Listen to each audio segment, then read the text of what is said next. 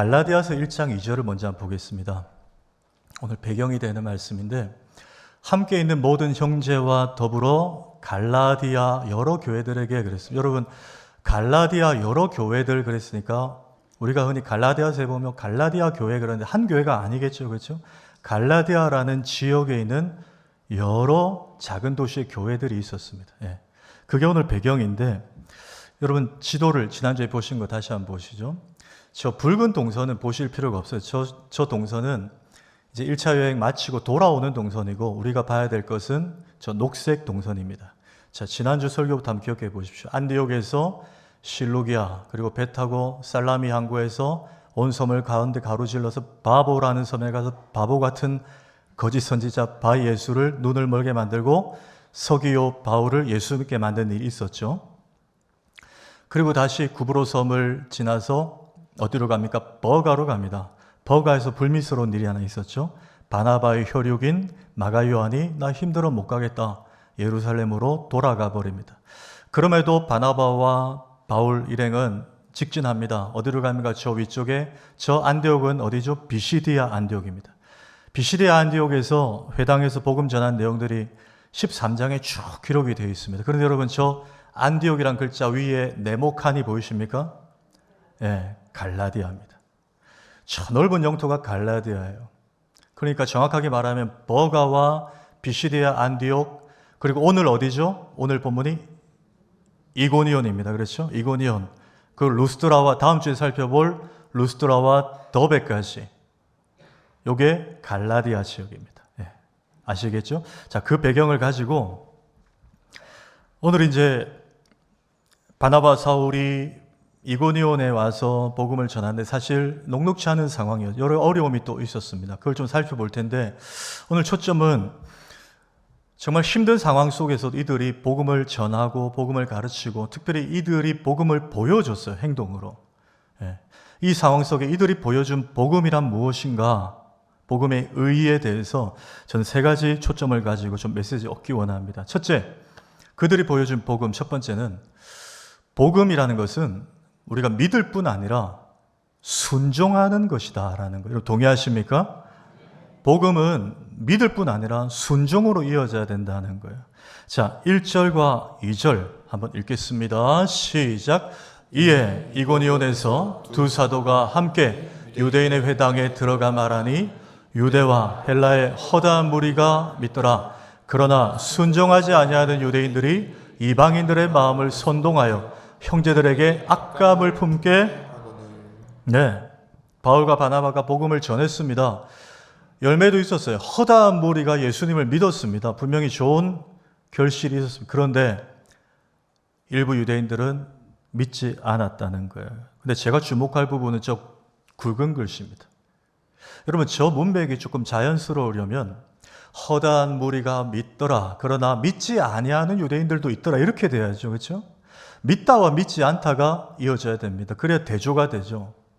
그런데 성경의 저자이신 성령 하나님은 어떤 의도를 가지고 허다한 무리가 믿더라, 그러나 순종하지 아니하는 유대인들이라고 표현을 했어요.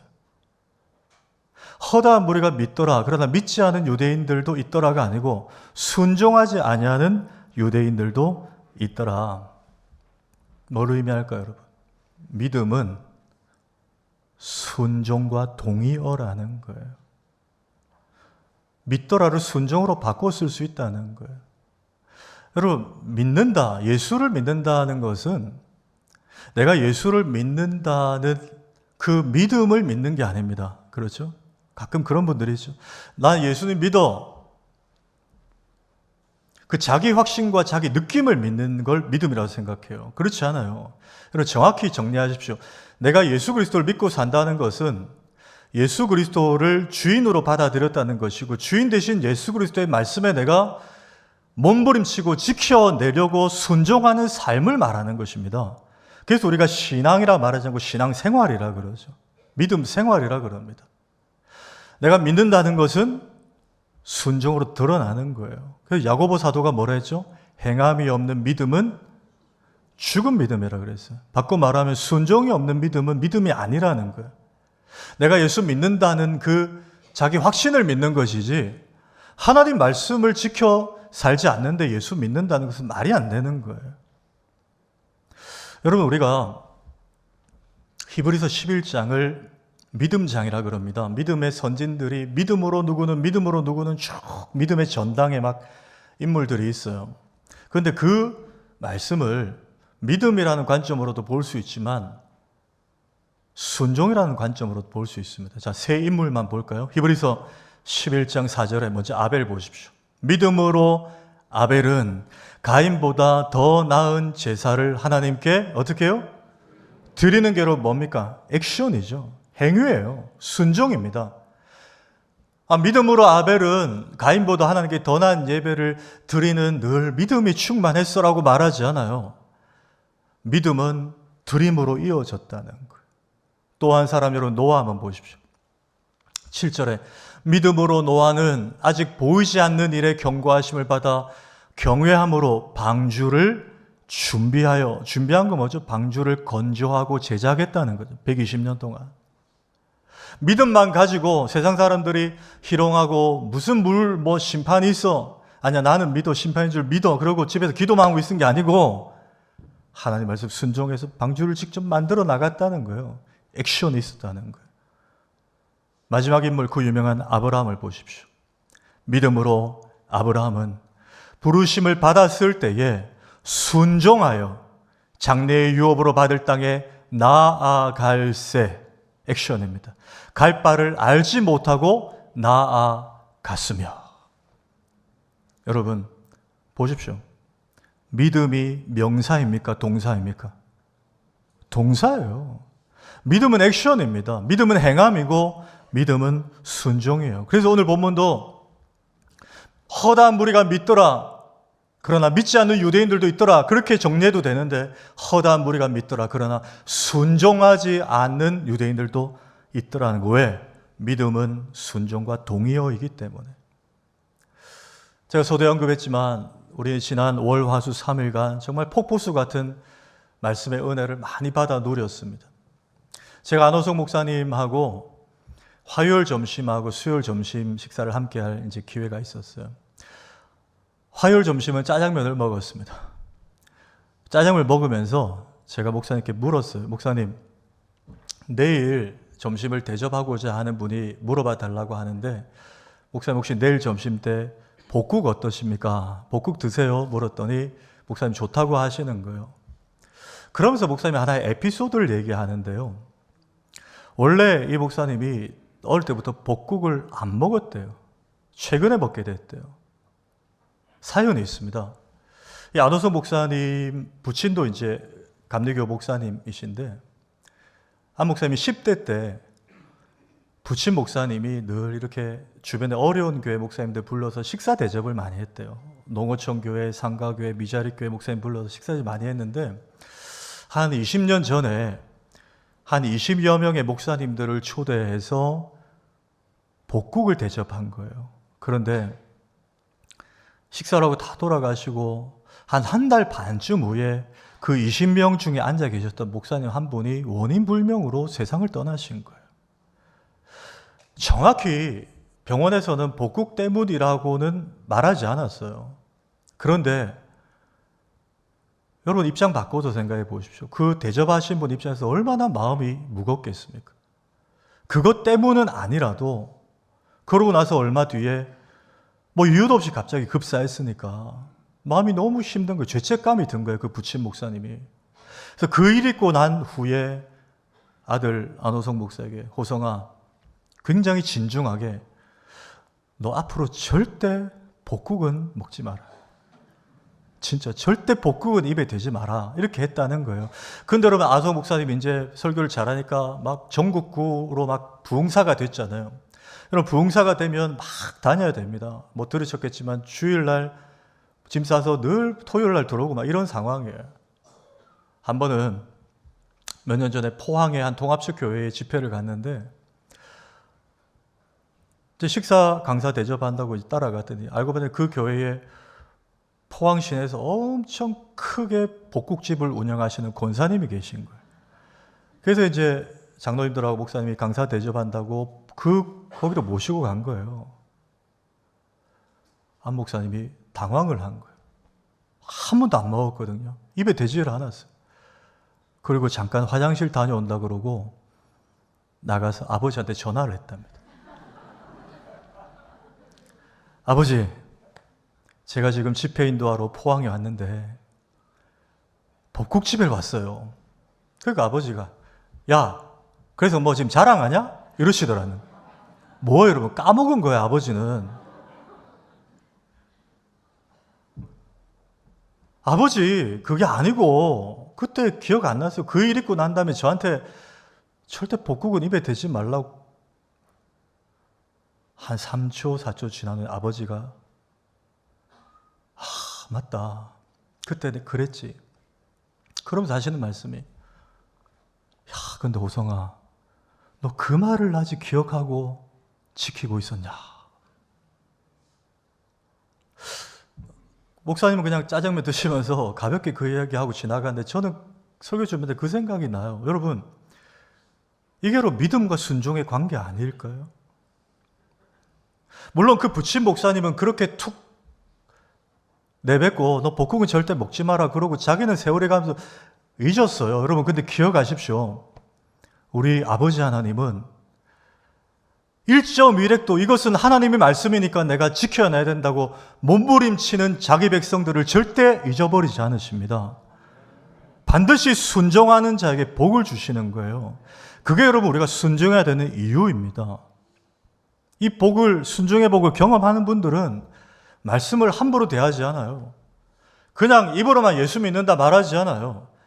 믿으면 실행합니다. 말씀대로 살아내려고 몸부림쳐요. 물론 100%는 못하지만 어떻게든 살아내려고. 그게 바로 믿음과 순종이에요.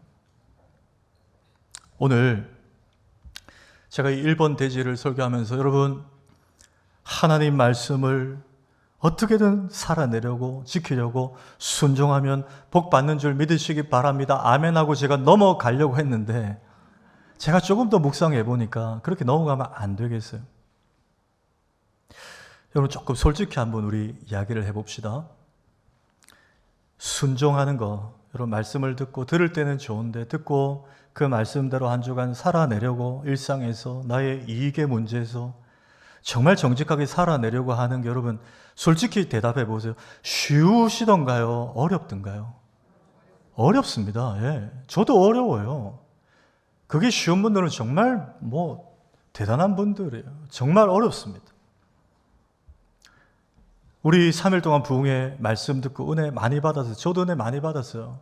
근데 여러분 이 부분도 우리 솔직히 한번 말씀해 보십시오.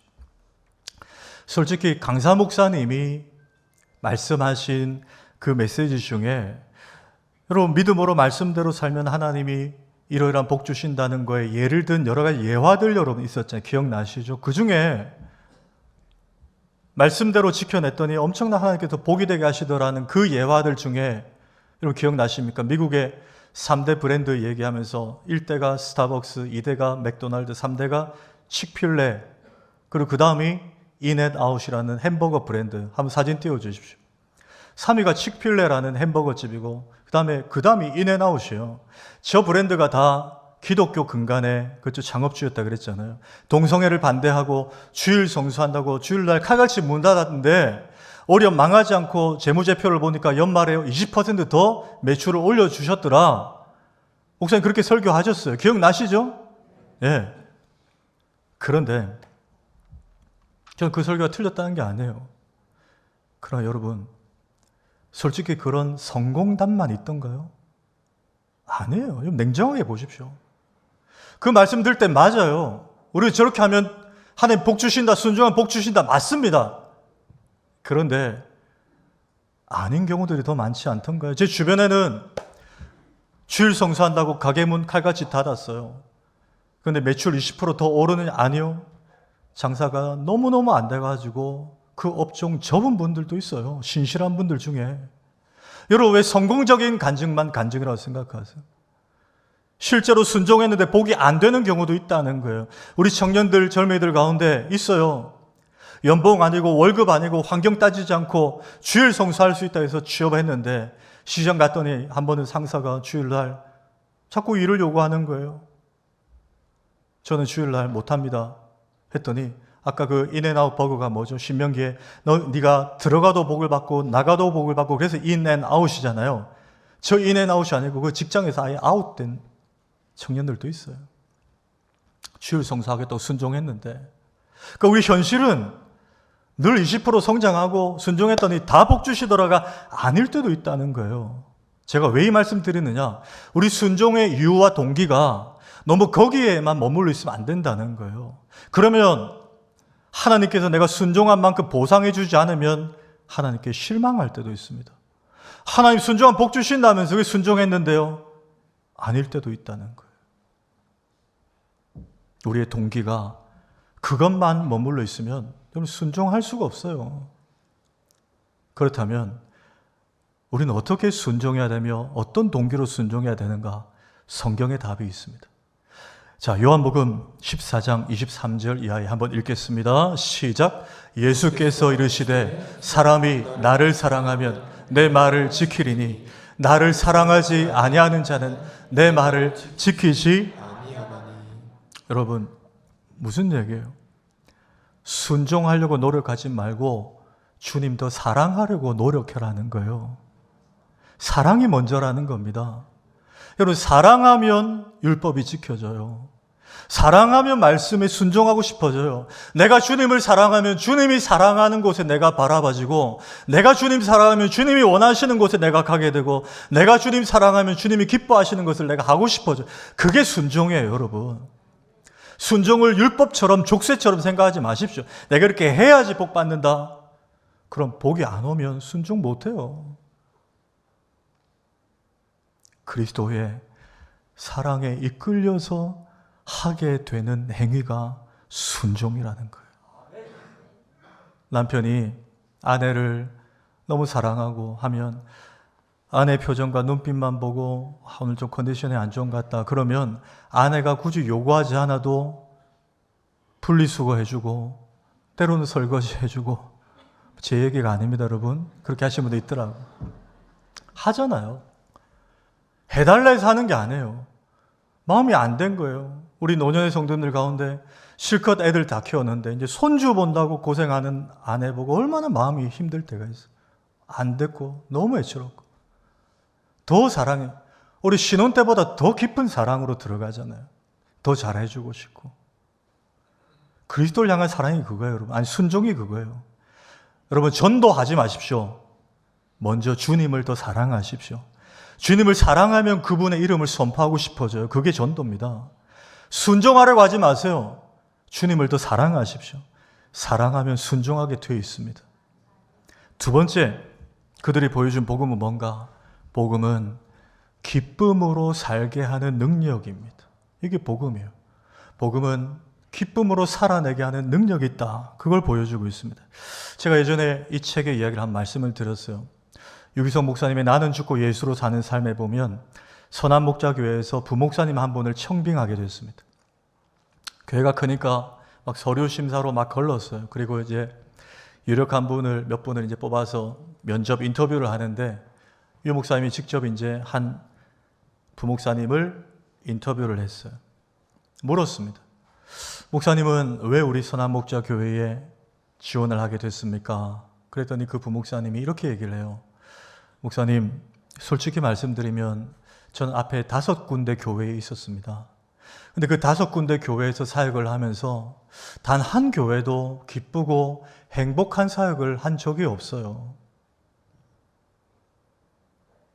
담임 목사님들도 다 이상했고 장로님들도 이상했고 교회 시스템도 엉망이고 뭐 예우도 그렇고 솔직히 그랬어요. 그런데 제가 존경하는 유기성 목사님이 목회하시는 교회 부목사 청빙을 한다니까, 야, 저런 분이 목회하시는 교회면 내가 정말 행복하고 기쁘게 사역할 수 있겠다 싶어서 제가 지원을 하게 됐습니다. 이렇게 얘기를 했어요.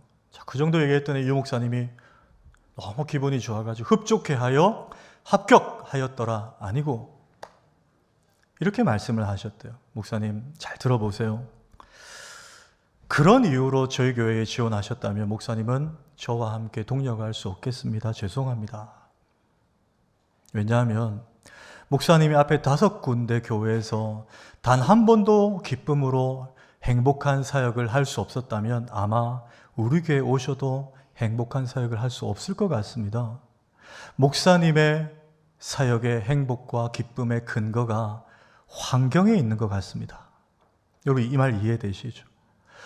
주의 일을 하면 주의 일을 한다는 자체의 행복과 기쁨이 넘쳐나야 되는데 시스템이 별로고 담임 목사가 별로고 팀워크가 별로고 교회 환경이 별로고 좀 일 좀 하려고 했더니 뭐 교사들이 나이스한 사람들이 아니고 힘들다. 그런 식의 일을 해왔다면 어느 교회 가도 똑같다는 거예요. 왜? 행복과 기쁨의 근거는 환경에 있지 않기 때문에 나 같은 사람들로 주의를 할 수 있게 하신 그 기쁨 자체가 충만해야 되는데 그게 없었던 거예요. 목사님, 제가 오늘 본문을 보면서 이해가 안 되는 장면이 하나 있습니다. 여러분 2절, 3절 앞부분 한번 보실까요? 자, 그러나 순종하지 아니하는 유대인들이 이방인들의 마음을 선동하여 형제들에게 악감을 품게 하거늘 두 사도가 오래 있어. 잠깐 띄워놔 주세요. 여러분 저게 이해가 되십니까? 안 믿는, 복음을 안 받아들인 유대인들이 우리 안 믿어 그러고 간 게 아니고요. 바울과 바나바 일행이 전도하지 못하도록 주변 사람들을 선동한 거예요. 루머를 만들었어요. 저것들 저 사기꾼이다. 유대인들에게 또 이방인들에게 가스라이팅 시켜서 아마 돈을 요구할 거다. 건전하지 못한 교리다. 이런 식으로 막 선동한 거예요. 이상한 소문을 내서. 악감을 품게 했어요. 여러분, 그러면 우리 같으면 어떻게 했을까? 복음 전할 거 전했고 다른 데 가서 전도해도 되잖아요. 이 지역 사람들 우리랑 안 맞다. 그런데 어떻게 했다고요? 두 사도가 오래 있어. 오히려 상황은 더 안 좋아지는데 더 체류하면서 복음을 전했다. 더 사역했다는 거예요. 여러분 어떻게 이렇게 이들이 할 수 있었을까? 저는 그 답을 앞에 13장 비시디아 안디옥에서 찾습니다. 여러분 우리가 아까 읽었는데 비시디아 안디옥에서도 마가 요한은 돌아갔지만 이 일행들은 열심히 복음 전했어요. 그런데 여기서도 오늘과 비슷한 일이 사실 있었습니다. 유대인들이 선동해서 루머를 만들었어요. 바나바 서울 저 인간들 사기꾼들이다. 돈을 노리고 왔다. 막 루머를 만들었어요. 심지어 생명의 위협을 가하고 쫓아내버렸습니다. 물리적으로. 그래서 13장 말미에 보면 이들이 예수님이 복음 전도에 지침 준 대로 발에 티끌을 떨어버리고 이구니온으로 가건을 그랬어요. 근데 그 다음 보십시오. 52절. 제자들은 뭐와 뭐가 충만했다고요? 기쁨과 성령이 충만하니라. 이게 비결이에요, 여러분. 쫓겨났는데요. 비시디아 안디옥에서. 그런데도 이들에게 아이고 불쾌하다. 어떻게 우리를 이렇게 대접하냐? 여기 다시 안 온다. 아니고요. 오히려 기쁨과 성령이 성경은 여러분 용어 배열이 순서가 중요해요. 성령보다 지금 기쁨을 강조하고 있어요. 기쁨과 성령이 충만하니라. 이들 속에 뭐가 있었다는 거예요? 쫓겨나도 내가 예수의 복음을 전했다. 내가 이곳에서 주님의 도구로 쓰임받았다는 그 기쁨으로 충만했다는 거예요. 그러니 여러분 오해를 받아도 막 루머를 들어도 마음이 상해도 더 오래 이곳에 머물며 복음을 전하고 사역할 수 있었던 거예요. 주님 주시는 기쁨과 충만함 이들을 압도하고 장악했기 때문에. 연말이 되니까 여기저기서 지금 봉사하던 분들이 좀 그만해야 되겠다, 그만두시겠다라는 이제 보고들이 들려옵니다. 교사도 그렇고요. 뭐 여러 봉사일이에요. 근데 들어보면 다 이유가 합당해요. 건강이 조금 안 좋아지신 분들도 있고 또 하시는 일이 너무 바빠져가지고 시간적인 헌신이 좀 안 되겠다 해서 좀 쉬어야겠다는 분도 있고 다 이해가 되더라고요. 근데 여러분 다 좋아요. 제가 그분들 뭐라 그런 게 아니에요. 우리가 주의 일 하다 좀 쉴 수 있습니다. 봉사 좀 내려놓을 수 있어요. 그런데 여러분 그 이유가 중요합니다. 깊이 생각해 보십시오. 내가 몸이 정말 안 좋아요. 아니면 물질의 어려움이 있어요. 도무지 시간이 안 돼요. 그건 여러분 죄송하지만 2차적인 이유예요. 그걸로 여러분 교회 봉사 그만하시면 안 돼요. 진짜 우리가 좀 내려놓고 쉬어야 되는 이유는 정말 딱 하나예요. 뭔가 내가 이 일을, 이 봉사를 이 파트에서 정말 수년간 했는데 내 안에 기쁨이 없으면 여러분 잠깐 내려놓으십시오. 내 안에 은혜가 없으면 멈추셔야 돼요. 억지로 하지 마십시오. 그렇게 여러분 내가 뭐 교사 오래 했는데 그냥 통밥으로 경험으로 기쁨도 없고 감격도 없는데 여러분 해 나가시잖아요. 그러면 나도 망하고 내가 맡은 아이들도 망합니다. 결국 나는 매너리즘에 타성에 젖어할 수밖에 없는 거예요. 내 안에 정말 기쁨이 없으면 여러분 멈추셔야 돼요. 휴대폰만 충전하지 마시고 나도 멈춰서 충전하셔야 돼요. 여러분 생각해 보십시오. 내가 기쁨이 없어요. 내가 아이들에 대한 사랑이 없어요. 그런데 교사를 매주 애들 얼굴 봐요. 그럼 여러분 죄송하지만 애들이 알아요. 이 선생님 나를 진심으로 대하는지 정말 나를 기뻐하는지 애들이 안다니까요.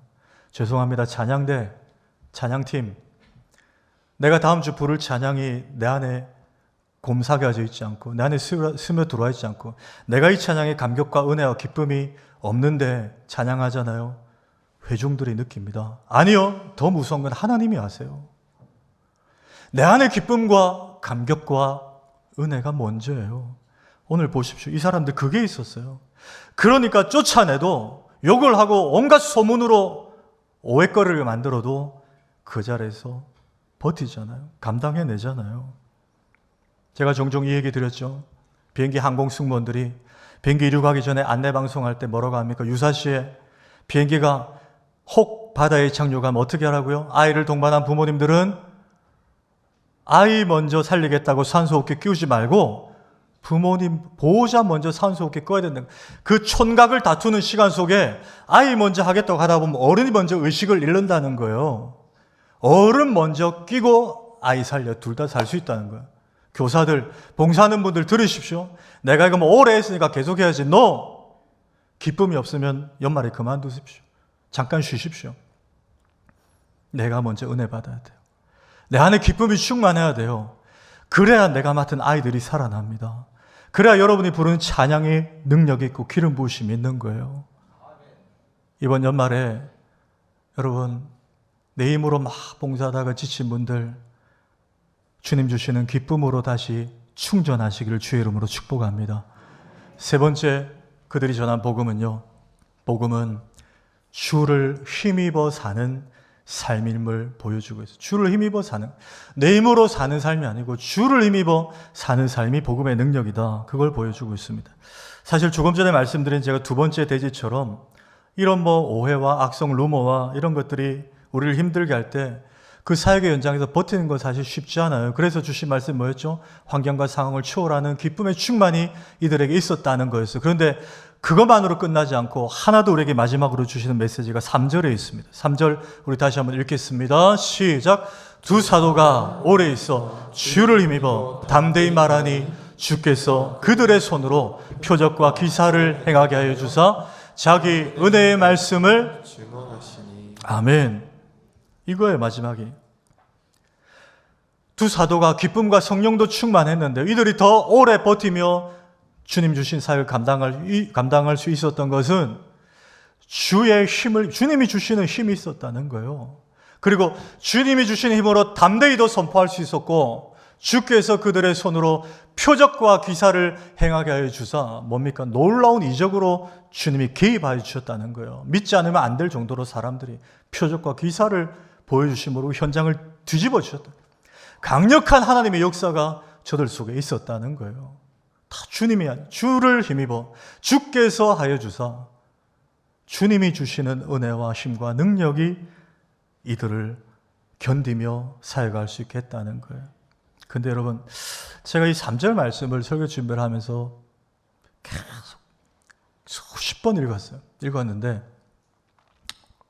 이 부분 노래가 좀 우리의 민낯으로 솔직히 한번 접근해 봅시다. 그냥 아멘하고 넘어가지 말고요. 여러분, 우리가 힘들고 지칠 때 방금 이 말씀처럼 저렇게 강력하게 더 파워 오브 로드, 주님의 힘으로 막 우리에게 힘을 주시고 그 환경을 하나님께 때로는 개입하셔서 바꿔주시고 누구나 목도할 수 있도록 문제를 해결해 주시고 이렇게 해주시기를 기도하고 믿고 있지만 사실 그런 날이 많던가요? 오히려 솔직히 하나님이 침묵하시는 것 같고 때로는 아무 말씀도 들리지 않고 주님이 보이지 않을 때가 더 많던 거예요. 여러분, 지난 3일 부흥의 폭포수 같은 말씀을 들었어요. 목사님 말씀 들으면서 그 책 제목처럼 정말 이제 3일 동안 은혜 장착하고 나가면 시퍼렇게 살아계신 하나님이 나를 압도하신 은혜로 내 삶의 현장에 인도하실 것 같은 믿음으로 나갔는데 여러분 며칠만 지나보십시오. 하나님이 보이지 않을 때가 있어요. 하나님 살아계시나 막 생사 여부 확인할 때가 있어요. 하나님 음성이 들리지 않을 때도 있습니다. 하나님이 침묵하시는 것 같을 때 있어요. 오늘 본문처럼 좀 강력하게 표적과 기사와 담대히 말할 수 있도록 성령 충만으로 힘을 주시면 좋은데 그러지 않을 때가 또 많다는 거예요, 솔직히. 여러분, 이 부분을 어떻게 해결하시겠어요? 저는 이렇게 한번 생각해 봤습니다. 여러분, 올림픽이 몇 년마다 한 번씩 열리죠? 4년마다 한 번씩 열려요. 자, 우리나라도 올림픽 각 종목마다 이제 출전을 하는데, 여러분, 지난 파리 올림픽도 한번 생각해 보십시오. 올림픽 나갈 때마다 우리나라 선수들이 출전한 종목마다 이 종목만은 전혀 걱정이 안 된다. 당연히 메달 딸 거다. 이런 종목이 있어요. 제가 객관식으로 드릴게요. 1번 축구. 심히 걱정되죠. 2번 농구. 3번 야구. 4번 양궁. 이렇게 어려운 문제를. 양궁이었어요. 그렇죠? 양궁이요. 양궁은 여러분 아시겠지만 1988년 서울올림픽부터 그 타이틀을 뺏긴 적이 없어요. 들어보셨죠? 올림픽에서 금메달 따는 것보다 양궁은 우리나라 국가대표 선발전이 더 힘들다고.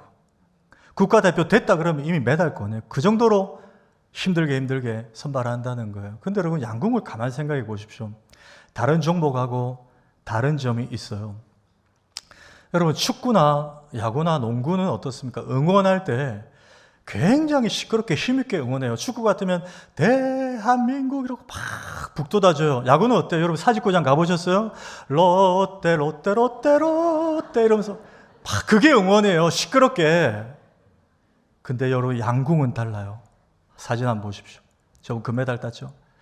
궁수가 화살 들어 활 시위를 쫙 들어당겨서 여기 탁 당길 때 막 꽹가리 치고 대한민국 하던 응원단들이 궁수가 활을 딱 드는 순간 쥐 죽은 듯이 조용합니다.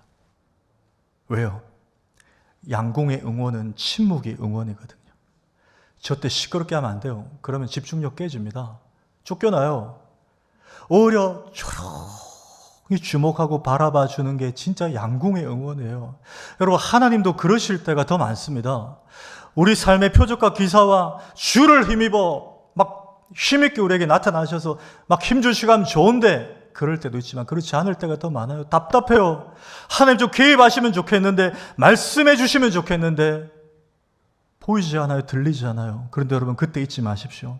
하나님은 들리지 않고 보이지 않는 것 같으나 그때도 침묵으로 우리를 주목하시고 우리를 지지하시고 우리를 응원하고 계십니다. 그게 더 많은 하나님의 응원 방식이에요. 그래서 우리를 이끌고, 여러분, 시끄러운 게 다 좋은 게 아니에요. 때로는 잠잠히, 나의 영혼이 잠잠히 하나님만 바라며, 나는 보이지 않고 들리지 않는데 하나님이, 내가 걸어가 보니까 하나님이 이렇게 인도하셨구나. 시끄러운 응원이 들리지 않아도 잠잠히 나를 힘입어가 아니고 오히려 힘 뺀 상태로 인도하실 때가 더 많아요. 말씀을 정리합니다.